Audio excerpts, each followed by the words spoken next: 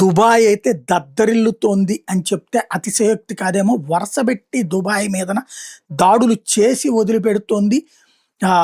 ఇటు ఏదైతే Iran Iran ఎందుకనో మరి కడుపు మండిపోయి కొడుతున్నదో, లేకపోతే కనుక ఈర్ష్యతో కొడుతుంది, కానీ ప్రత్యేకించి దుబాయ్ మీదనే టార్గెట్ చేసి, దుబాయ్కి సంబంధించినటువంటి ఆయిల్ గ్యాస్ క్షేత్రాలు ఒక ఎత్తు అయితే, దుబాయ్కి సంబంధించినటువంటి బుర్జు ఖలీఫా దగ్గర కూడా ఇప్పుడు భారీ ఎత్తున దెబ్బతిన్నటువంటి పరిస్థితి ఉంది.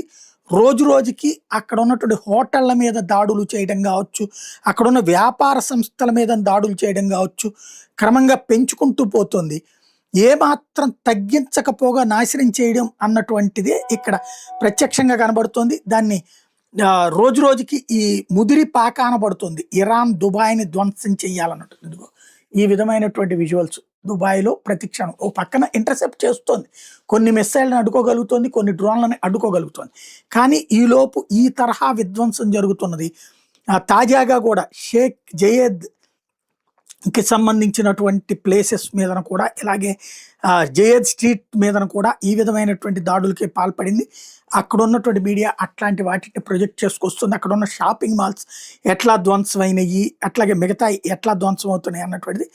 క్రమంగా దుబాయ్ ఆర్థిక వ్యవస్థను కుప్పకూల్చడం లక్ష్యంగా సాగుతున్నట్టయితే కనబడుతుంది. దుబాయ్కి సంబంధించినటువంటి ఇంపాక్ట్ని ఎలా కంట్రోల్ చేయాలో అర్థం కాక అక్కడ పాలకుడు ఇబ్బంది పడుతున్నాడు.